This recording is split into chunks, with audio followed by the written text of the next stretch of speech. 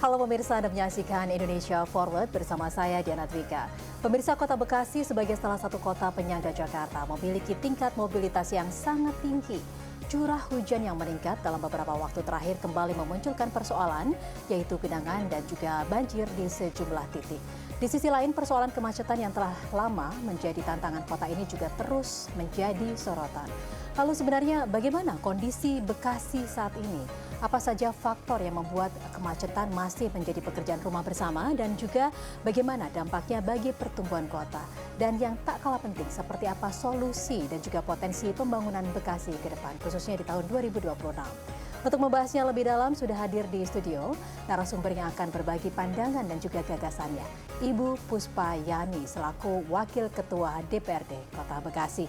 Ibu, apa kabar? Ya, alhamdulillah baik. Sehat, selamat berpuasa Ibu. Iya. Semoga lancar, sehat selalu. Terima kasih. Terima kasih sudah hadir di CNN Indonesia. Ketika kita berbicara mengenai kondisi Kota Bekasi saat ini, bisa diberikan pandangan kepada kita semua. Bagaimana situasi Kota Bekasi saat ini, pembangunannya dan juga tantangannya. Terlebih ini masalah kemacetan dan juga banjir yang acap kali terjadi di sana, Ibu. Iya. Jadi Kota Bekasi hari ini karena selalu diguyur hujan ya, intensitas hujan juga yang luar biasa tinggi, itu menyebabkan jalanan rusak. Jalanan rusak sebabnya karena terjadi genangan, kemudian terjadi banjir. Nah, dari genangan kemudian banjir, yang tadinya macetnya tidak begitu parah, pasti sekarang menjadi semakin parah. Jadi hari ini Kota Bekasi karena cuaca yang cukup ekstrim, macetnya juga luar biasa. Oke, ini menjadi salah satu problematika yang menahun begitu ya Bu ya, yang terjadi di sana. Apalagi intensitas hujan di awal tahun ini cukup tinggi. Ini cukup macetnya tinggi. Sangat parah ya Bu ya? Macetnya yang tadinya tidak terlalu parah, tapi sekarang semakin bukan parah lagi, malah cenderung ke crowded gitu ya. Crowded, karena ya memang tadi akibat dari genangan air itu.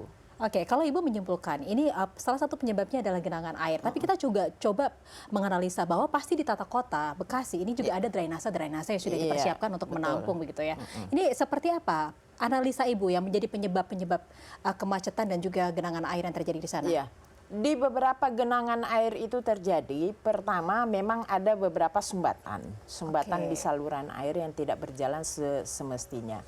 Yang kedua, memang curah hujan ini akhir-akhir ini tinggi luar biasa. Dan itu juga saya rasa bukan hanya Kota Bekasi gitu ya. Hampir di beberapa kota yang ada di Indonesia itu pasti ada banjir dan genangan. Tapi hari ini terus terang pemerintah Kota Bekasi juga nggak tinggal diam gitu ya. Turut tetap memperhatikan agar genangan air ini cepat surut, yang banjir juga cepat surut. Kemudian biar lalu lintas juga cepat terurai gitu kalau macet. Iya, kalau kita melihat atau berbicara mengenai kemacetan, pasti salah satu unsur yang tidak terlepas tadi adalah masalah curah hujan yang cukup tinggi. Tapi di sisi lain adalah volume kendaraan Ibu yang terus meningkat dan ini tidak sebanding dengan perkembangan atau pertumbuhan jalan-jalan baru. Kalau Ibu melihat apakah ini juga terjadi di sana? Iya. Jadi sebagai penyangga ibu kota, hari ini Kota Bekasi itu juga jumlah penduduknya kan tinggi. Nah, orang yang tinggal di Bekasi dan bekerja di Jakarta itu juga banyak. Sehingga setiap hari itu akses untuk mereka ke Jakarta melalui jalan-jalan tertentu dengan volume kendaraan yang tinggi. Sedangkan volume jalan kan tidak bertambah. Nah, volume jalan tidak bertambah, kemudian ditambah genangan air dan menyebabkan juga jalanan rusak. Inilah yang kemudian membuat jalanan itu semakin crowded, semakin macet parah gitu. Tapi setelah berangsur, kemudian debit hujan juga sudah mulai berkurang, ya macet juga sudah berkurang. Tidak lagi seperti saat kemarin musim hujan. Tapi pastinya semua kota memiliki moda transportasi umum seharusnya untuk bisa mereduksi begitu ya volume kendaraan yang semakin meningkat di kotanya. Bagaimana dengan transportasi umum yang ada di Kota Bekasi sendiri? Kalau untuk Bekasi hari ini kita sudah banyak pilihan. Ada LRT, ada KRL, kemudian kita punya bis Bekasi Keren, ada juga kendaraan umum ini banyak pilihan. yang hanya menjadi masalah akses untuk menuju ke kendaraan tersebut. Jadi akses untuk menuju ke fasilitas umumnya itu sendiri. Oke. Kenapa? Apa yang terjadi di sana? Jadi ada beberapa titik pembangunan yang belum memang terintegrasi dengan untuk menuju ke stasiun, kemudian ke terminal, ke beberapa titik-titik kumpul yang biasa dilewati bis-bis umum yang untuk mengangkut masyarakat ke Jakarta misalnya di kawasan Jabotabek. Nah, kemudian angkot-angkot yang kecil-kecil ini juga belum sepenuhnya full melayani melayani masyarakat sampai ke pemukiman. Jadi ini juga menjadi kendala untuk kita di Bekasi. Jadi sehingga kadang-kadang kalau disuruh memilih, ya mungkin kendala ini menyebabkan orang lebih baik memakai kendaraan pribadi daripada naik transportasi umum gitu. Jadi karena salah satu persoalannya adalah untuk menuju ke lokasi fasilitas umumnya ini, terutama transportasi umumnya ini cukup jauh, dan moda transportasi umumnya itu tidak tersedia secara merata. Iya, tidak merata. Ya. Oke, akhirnya ini juga bisa menjadi salah satu pemicu masyarakat akhirnya memilih menggunakan transportasi pribadi. Lantas kalau Ibu melihat selain itu untuk fasilitas-fasilitas moda transportasi umum, apakah kantong-kantong parkir atau buffering zone-nya yang tersedia ini sudah cukup? Nah, ini juga menjadi kendala kita di Kota Bekasi karena di beberapa titik-titik misalnya di LRT gitu ya, kita belum punya lahan yang luas untuk menempatkan orang-orang parkir gitu. Jadi sehingga misalnya orang mau menggunakan KRL misalnya atau LRT, tapi mereka juga bingung mencari penitipan kendaraan tuh di mana gitu. Kalau misalnya ada pun jauh dari tempat yang ditujukan percuma, artinya tetap aja 2 kali naik kendaraan. Nah, ini juga menjadi tantangan buat kita. Tapi hari ini ya Bekasi tetap sih terus berbenah gitu ya, memperbaiki transport umum ini, memberikan beberapa juga pilihan, tapi kendala-kendala itu pasti ada. Pasti ada juga kekurangan, terutama tadi tempat penitipan kendaraan yang belum memadai, sehingga juga kadang-kadang menyebabkan orang juga daripada naik ke angkot misalnya mendingan udah bawa langsung gitu kendaraan pribadinya. Nah, itu salah satu. Karena mereka berpikir oke ini lebih praktis begitu, lebih praktis kalau menggunakan gitu, kendaraan pribadi begitu ya. Oke, dan yang pastinya kita juga ingin mengetahui kalau tadi Ibu menyampaikan bahwa ini terjadi perbandingan yang tidak sejalan antara penggunaan atau pertumbuhan volume kendaraan dan juga kondisi atau pertambahan jalan. Kalau saya tidak salah, mohon diklarifikasi kalau saya salah, ini pertumbuhannya cukup tinggi sampai 0,6% gitu ya. Pertambahan jumlah kendaraan, betul. Dan kalau misalkan ini sampai mencapai angka 1%, artinya itu sudah stuck sekali gitu, tidak bisa jalan. Ini apa yang harus dilakukan? Iya. Solusinya kita memberikan dukungan kepada pemerintah di beberapa titik-titik tertentu memang harus membangun misalnya sejenis flyover atau misalnya underpass, karena memang harus mengurai kemacetan itu. Karena kalau kita misalnya tidak menambah underpass atau misalnya flyover, kan tidak mungkin juga kita mau melakukan pelebaran jalan. Padahal untuk melakukan pelebaran jalan itu rasanya tidak segampang itu juga ya. Ganti rugi juga tinggi gitu. Jadi terlalu banyak yang dipikirkan pemerintah sekarang untuk mengurai kemacetan itu. Tapi salah satu yang kita dukung sekarang ini yang tercepat diperkirakan 2028-2029 akan selesai pembangunan underpass dan flyover. Ada berapa titik ini, Ibu? Sekarang wacana baru 2. Itu pun dekat stasiun kereta api. Jadi nanti akan bisa mengurai beberapa titik simpul ya, Bu ya, terutama di lokasi yang sangat padat volume kendaraan. Dan ada satu tempat kita melakukan sistem satu arah, SSA gitu. Jadi untuk menghindari macet ini diberlakukan dari jam 5 pagi sampai jam 8. Berarti di Kota Bekasi bahkan sudah mulai berlaku satu arah ya, Bu ya. Saking padatnya di sana. Kemudian di jam-jam tertentu juga aparat dengan sigap untuk mengatur lalu lintas, terutama di pertigaan ya. Pertigaan, kemudian ada perempatan jalan itu pasti macet deh. Karena memang volume kendaraan yang tinggi gitu. Jalanannya juga kadang-kadang tambah mengecil. Nah, efeknya juga macet ini banyak pelaku usaha yang bikin dagangan, misalnya yang kayak pedagang nih. Bikin dagangan di pinggir jalan. Nah, sekarang masyarakat itu kalau mau belanja udah kayak sistem nggak mau turun dari kendaraan gitu loh. Jadi tetap duduk di kendaraan tapi mereka belanja. Nah, ini kan pemicu macetnya juga luar biasa. Kalau hanya motor, coba kita bayangin kalau misalnya mobil yang antri mau belanja, jalanan hanya 2 arah misalnya, kan itu kita bisa bayangkan macetnya luar biasa. Iya. Ini artinya memang dibutuhkan penataan dan juga penertiban juga ya Ibu ya, karena ternyata salah satu penyebab kemacetan yang terjadi di Kota Bekasi ini banyak faktornya. Gitu ya. Dan kita juga ingin mengetahui kalau menurut analisa Ibu, apa saja dampak-dampak kerugian ketika kemacetan ini terus terjadi berulang setiap tahunnya, yang pastinya ini harus dipahami oleh masyarakat juga ya. Dampaknya juga pasti akan dirasakan oleh masyarakat. Kita akan bahas di segmen selanjutnya. Dan pemirsa, kami akan segera kembali di Indonesia Forward. Tetaplah bersama kami.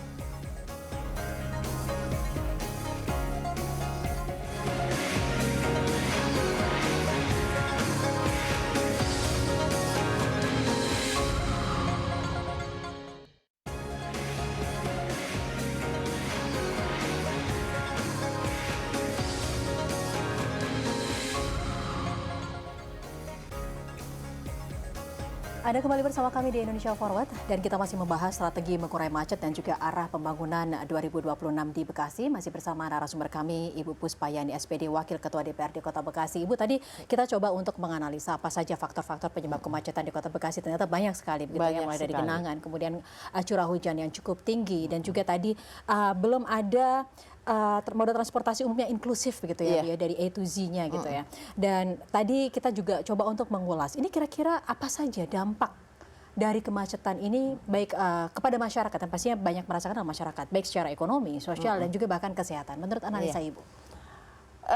Secara ekonomi pasti berkurang lah ya, menyebabkan produktivitasnya masyarakat itu pasti berkurang. Kemudian kita membuang-buang waktu yang begitu lama karena macet tadi. Ini kalau masalah kesehatan kita pasti stres, lelah, capek ya di macet itu, dan macetnya kadang-kadang nggak kira-kira bisa berjam-jam. Dan kalau masalah ekonomi bisa menghambat produktivitas masyarakat, itu pasti. Jadi bisa juga mengurangi aturan, misalnya kita dapat sekian, terutama akses untuk yang bisnis gitu ya. Membuang-buang waktu itu kan sama juga dengan halnya kita membuang-buang kesempatan. Benar. Gitu.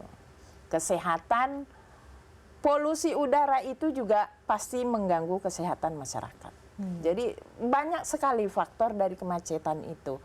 Yang kedua, pasti ekonominya kan kita pengeluaran semakin banyak. Ya, aturan misalnya jarak tempuh yang tadi kita bisa 1 jam, kalau bisa sampai 2 atau 3 jam, ya pasti bensin kita bertambah dong. Nah, ini jadi banyak sekali faktor yang dirugikan efek daripada kemacetan ini. Iya, artinya memang dampak ini pastinya akan dirasakan oleh masyarakat secara langsung begitu ya Bu ya. Dan yang pastinya kita juga berharap bahwa untuk bisa mengurai persoalan kemacetan ini dibutuhkan kesadaran dari masyarakat tersendiri ya. Dan kita juga tadi Ibu menyampaikan bahwa di sini DPRD juga sudah berperan, salah satunya untuk mendorong pembangunan flyover dan juga underpass. Selain itu, ini pasti juga dibutuhkan masalah anggaran loh. Ini seperti apa inisiasi-inisiasi dilakukan oleh DPRD untuk bisa mengurai persoalan kemacetan dan juga tata kota di Kota Bekasi ini sendiri? Yang jelas setiap perizinan selalu kita kawal. Misalnya begini, salah satu penyebab macet itu tadi, jalan udah rapi, tiba-tiba ada galian. Nah, galian ini bisa saja resmi, bisa saja tidak. Ada yang tidak resmi? Ada juga, gitu ya. Padahal jalanan tadinya udah rapi nih. Nah, kemudian memakan waktu yang berhari-hari. Ini kan mengganggu juga lalu lintas masyarakat. Nah, ini juga menjadi fokus kepada kami untuk mendorong aparat. Setiap ada galian di jalan-jalan protokol gitu ya, harus misalnya betul-betul dicek ini ada izinnya atau tidak. Kalaupun misalnya betul-betul sudah ada izin, tampilkan di layar di tempat galian itu waktu mulai pekerjaan, kapan berakhirnya pekerjaan. Jadi masyarakat tahu, oh ini galian misalnya tanggal 1 sampai tanggal 10. Jadi kalaupun macet kita bersabar gitu loh. Oh ternyata galian hanya diperkirakan sampai tanggal 10.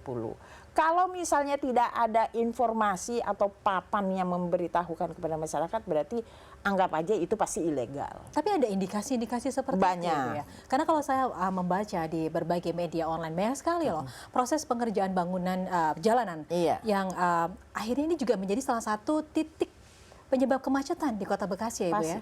Iya. Dan itu berhari-hari, bukan hanya 1-2 hari, bisa saja berbulan-bulan. Dan di Pondok Gede juga kan bisa menyebabkan kecelakaan. Karena misalnya minimnya penerangan, padahal di situ ada galian. Saat itu hujan, malam, ada genangan. Jadi pengendara ini kan nggak ngelihat kalau di situ ada galian dan terperosok kendaraan. Gitu. Kalau sudah misalnya ilegal begitu, ada kecelakaan lah. Kemudian siapa yang harus bertanggung jawab? Kan masyarakat hanya taunya, wah ini pemerintah gimana, masa nggak tahu begini-begini. Yang salah pemerintah lagi, padahal yang ilegal tadi ini tanggung jawabnya di mana kan gitu. Iya. Baik, memang artinya dibutuhkan pengawasan yang cukup ketat di situ ya Ibu ya. Nah Ibu, ketika kita berbicara masalah mobilitas kerja begitu ya, seperti yang kita ketahui kalau di era modern ini banyak sekali loh Bu perempuan yang bekerja, bahkan mungkin seperti kita gitu ya. Wanita-wanita karir yang menjalankan double profesi. Profesi pertama di kantor, profesi yang kedua yang harusnya paling utama juga ini adalah di rumah begitu.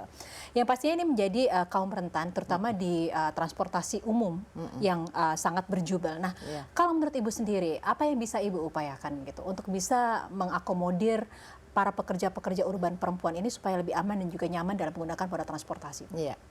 Jadi kalau menggunakan transport umum ini memang yang paling menderita sebenarnya kaum perempuan, ya.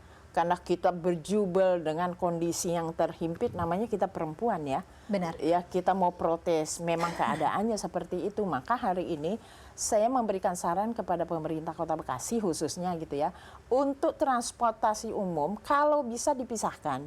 Ada gerbong khusus untuk perempuan, ya yang umum yang laki-laki ya ada juga gitu, silakan saja. Tapi paling tidak ya skala prioritas antara lansia perempuan memang harus diperhatikan untuk menghindari hal-hal yang tidak kita inginkan gitu. Ini sudah disampaikan Bu ke pemerintah setempat? Kita sampaikan. Oke. Dan bagaimana responnya sejauh ini Bu? Setuju saja, sepakat saja karena memang sehari-hari memang yang selalu kita hadapi kan kenyataan seperti itu. Ada pelecehan dan lain sebagainya di kendaraan umum. Iya, yang pasti bukan hanya di transportasi umum ya, tapi juga di jalan-jalan umum gitu. Karena banyak sekali jembatan-jembatan penyeberangan yang pastinya kalau misalkan pekerja perempuan ini melintas itu juga harus penerangannya cukup, CCTV, kita mendukung. Tapi itu. kalau Kota Bekasi terkait dengan jembatan penyeberangan, ada juga beberapa titik yang kita dorong pemerintah untuk melakukan perbaikan. Karena kenapa? Misalnya pinggiran besi-besi penyangga itu kan kita khawatir juga, kemudian minim penerangan tadi. Jadi kita dorong pemerintah di setiap jembatan penyeberangan itu betul-betul diperhatikan keamanan gitu. Jangan sampai terjadi hal-hal yang tidak diinginkan. Tapi menurut Ibu untuk transportasi ramah wanita di Kota Bekasi ini sudah cukup atau belum? Kalau sekarang kayaknya belum ya. Belum ya? Belum. Jadi artinya ya kita masih terus mendukung pemerintah untuk memperhatikan itu. Menambah volumenya lah, volume kendaraan yang tadi saya bilang kalau bisa tetap ditambah yang khusus untuk perempuan.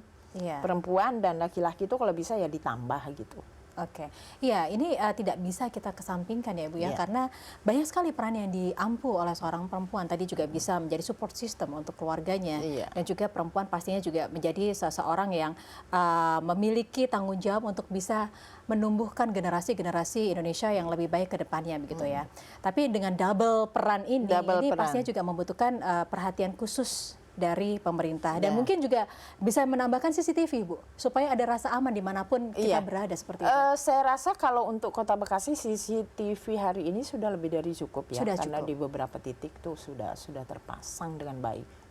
Untuk CCTV. Baik, nah kita juga ingin coba untuk mengulas lagi. Ketika akhirnya semua moda transportasi, kemacetan, banjir ini semua teratasi, kira-kira kita meneropong ke depan, seperti apa kemaslahatan yang bisa dibawa untuk masyarakat Kota Bekasi. Kita akan bahas di segmen selanjutnya. Ibu. Dan pemirsa Indonesia Forward akan kembali untuk Anda sesaat lagi. Tetaplah bersama kami.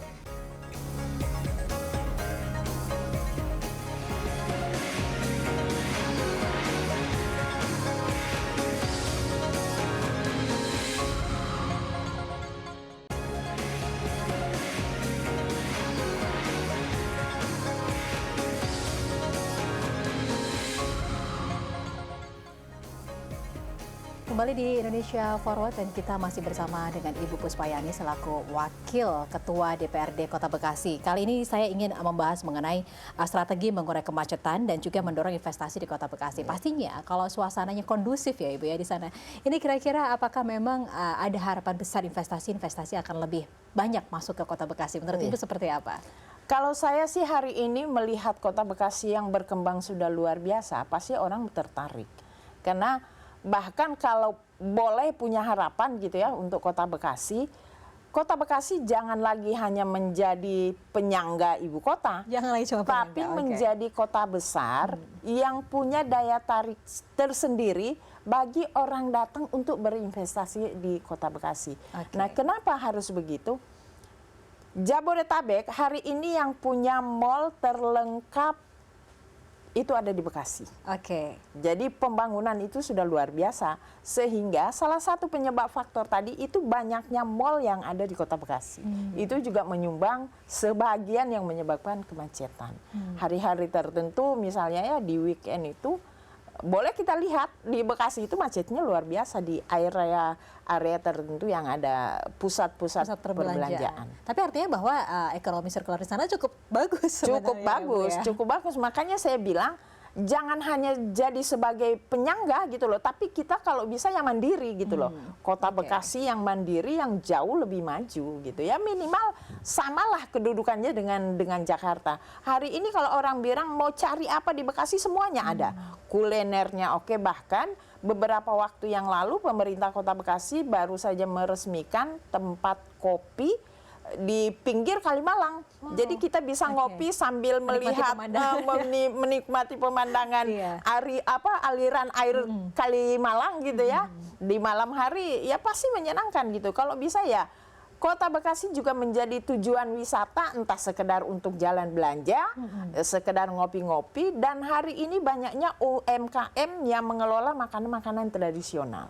Semuanya ada di Kota Bekasi gitu. Jadi Kota Bekasi ini sudah luar biasa, berkembangnya luar biasa, dan ini saya rasa juga menjadi satu daya tarik orang datang dan tinggal di Kota Bekasi. Artinya memang di sini ada potensi besar bahwa Bekasi ini tidak hanya menjadi kota penyangganya ibu kota Bukan lagi saja ya, Bu, ya? tapi bisa kota mandiri. Karena hari ini kita mau bilang apa ya, mau cari apa semuanya ada di Kota Bekasi gitu. Kemudian kalau berbagai persoalan tadi, ini coba untuk kita atasi. Potensi pertumbuhan ke depan Bekasi seperti apa, Ibu? Kalau kita forecast ke depan. Kalau untuk ke depan bisnis itu semakin tinggi di Kota Bekasi.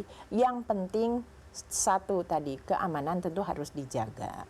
Karena kalau suatu kota sudah berangsur membaik dan pembangunannya maju pesat, pasti kriminal ada. Nah itu bagi saya keamanan juga harus menjadi fokus utama gitu. Jangan sampai juga terjadi kesenjangan nih. Dengan majunya Kota Bekasi nanti ada kesenjangan, yang kaya semakin kaya gitu ya, yang miskin semakin miskin. Ini juga harus dihindari gitu, karena kalau sudah ada penyakit sosial biasanya kriminal pasti tinggi. Tapi apa yang menjadi tantangan Bekasi saat ini untuk akhirnya bisa menjadi kota mandiri seperti yang Ibu tadi sampaikan? Tantangannya ya kita harus lebih banyak fokus di tata ruang. Tata ruang. Misalnya ada beberapa pembangunan pemukiman kemudian itu yang menjadi perhatian, akses menuju jalan utama memang harus betul-betul diperhatikan. Gitu. Karena kenapa Bu di sana? Kalau aksesnya sudah terintegrasi dengan misalnya di KRL ataupun di stasiun, itu kemacetan bisa diminimalkan. Gitu. Iya. Memang karena perputaran ekonomi ini sangat tergantung sama infrastrukturnya, Bu ya. Kalau infrastrukturnya udah baik, pasti udah semuanya akan daerah, berjalan. Termasuk investasi itu juga pasti akan lancar. Ini menutup perbincangan kita, apa yang menjadi harapan besar Ibu untuk pembangunan Kota Bekasi ke depannya, Ibu? Dengan berbagai tantangan dan potensi yang dimilikinya saat ini. Harapan saya untuk Kota Bekasi tadi, jadi Bekasi adalah menjadi tujuan utama untuk orang datang berbisnis. Jadi melakukan investasi, karena tidak ada lagi alasan kita datang ke Bekasi ngapain. Terlalu banyak hari ini pilihan yang bisa kita lakukan di Kota Bekasi. Misalnya tentang mallnya yang cukup banyak gitu, meskipun daerahnya nggak begitu luas, tapi mallnya untuk kawasan Jabodetabek itu yang terlengkap itu ada di Kota Bekasi. Hari ini kita mau nyari makanan apa yang tidak ada di Kota Bekasi. Nah, kemudian yang seperti saya bilang tadi, bahkan pemerintah sudah meresmikan tempat nongkrong, bisa juga kita jadikan kawasan untuk olahraga di pinggir Kalimalang. Capek kita jalan, bisa ngopi, duduk, nongkrong di pinggir Kalimalang. Jadi tetap menata Kota Bekasi dengan catatan mungkin pelayanan publik harus memang terus kita tingkatkan. Yang kedua tadi, keamanan jauh lebih harus diperhatikan lagi. Ya, kalau ini banyak sekali pesan-pesan yang Ibu sampaikan kepada pemerintah. Lantas kalau untuk masyarakat Kota Bekasi sendiri seperti apa? Nah, kita tidak bisa hanya berharap kepada pemerintah. Apalagi masyarakat hanya semua permasalahan dibebankan kepada pemerintah. Sebagai warga orang Kota Bekasi, kita juga sama-sama harus menjaga lingkungan, membantu pemerintah menjaga keamanan. Jangan buang sampah sembarangan. Karena kalau daerah kita sudah bagus, udah rapi, kan yang menikmati juga kita gitu. Jadi sebagai masyarakat, ayo sama-sama kita bantu pemerintah menata Kota Bekasi agar Kota Bekasi itu jauh lebih bagus, lebih keren lagi. Ya, artinya sekali lagi dibutuhkan sinergitas ya Bu, tidak hanya pemerintah yang jangan bekerja sendiri, semuanya pemerintah gitu, tapi kita sendiri nggak bisa menjaga gitu ya. Jadi memang harus sama-sama bekerja sama. Ya, minimal masyarakat harus menjaga apa yang sudah fasilitas-fasilitas yang sudah diberikan oleh pemerintah seperti itu ya Bu ya. Ya, sekali lagi dibutuhkan sinergitas antara pemerintah dan juga masyarakat supaya Kota Bekasi ini tidak hanya menjadi penyangga ibu kota, menjadi tempat tinggal bagi para masyarakat yang bekerja di Jakarta, tapi juga bisa menjadi business center, dan juga menjadi kota yang mandiri dan juga maju dengan investasi yang cukup banyak gitu ya. Baik, Ibu Puspayani selaku Wakil Ketua DPRD Kota Bekasi, terima kasih banyak Ibu sudah berbagi inspirasi untuk kami. Semoga Kota Bekasi semakin maju ya Bu ya. Berbagai tantangannya juga akan bisa teratasi. Semoga berbagai investasi juga banyak datang ke Kota Bekasi. Baik Ibu Puspa, terima kasih banyak sudah hadir di CNN Indonesia. Dan pemirsa, demikian perbincangan kita kali ini tentang pertumbuhan dan juga potensi-potensi sekaligus tantangan yang dimiliki oleh Kota Bekasi. Kita coba untuk memapping berbagai persoalan yang ada di sana dan kita juga coba untuk mencari solusinya bersama. Semoga solusi-solusi ini juga bisa segera direalisasikan sehingga bisa memberikan kenyamanan juga pertumbuhan ekonomi yang baik untuk masyarakat Kota Bekasi. Saya Diana Dwika undur diri, terima kasih atas kebersamaan Anda. Sampai jumpa.